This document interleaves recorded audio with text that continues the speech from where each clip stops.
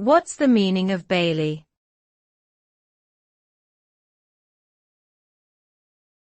Bailey.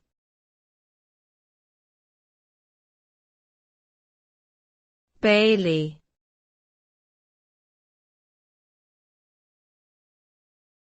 Bailey.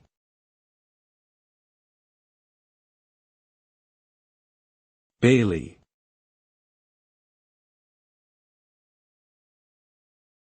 Bailey can have a few meanings in different contexts.